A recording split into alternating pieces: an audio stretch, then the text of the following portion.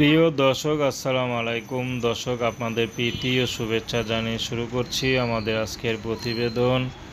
তো দর্শক, আজকে আমরা এক অসহায় মেয়ের গল্প তুলে ধরব, যার নাম হচ্ছে শিউলি।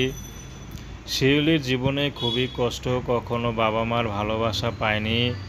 শিউলির পরিবারে শুধু তার দাদি আছে, দাদি ছাড়া আর কেউ নেই। তো শিউলির পিছনে যে ঘরটা দেখতে পাচ্ছেন, এই ঘরেই ভাড়া থাকে। তো শিউলির খুবই কষ্ট, এই ঘর ভাড়া মাত্র 2000 টাকা। সেটাও আবার বৃষ্টি পড়লে পানি আসে, রোদ পড়লে রোদের গরম হাওয়া খেতে হয়। তো খুবই কষ্টে আছে, কিন্তু কি করবে, তা দেখার মতো কেউ নেই। তো বর্তমানে শিউলি চাচ্ছে শিউলির মতো একটা গরিব ছেলে যদি পায় তাহলে বিয়ে শাদী করবে। কারণ শিউলি বিয়ে করার বয়স হয়ে গেছে, কিন্তু যারাই বিয়ে করতে আসে তারাই শুধু যৌতুক চায়। তো শিউলির খুবই কষ্ট, অনেক টাকা যৌতুক চায় যদি ভালো ঘরে বিয়ে করতে চায়। তো সেই সামর্থ্য শিউলিদের নেই, আর কোনো ভাইও নেই যে তাকে সেই সাহায্য করবে।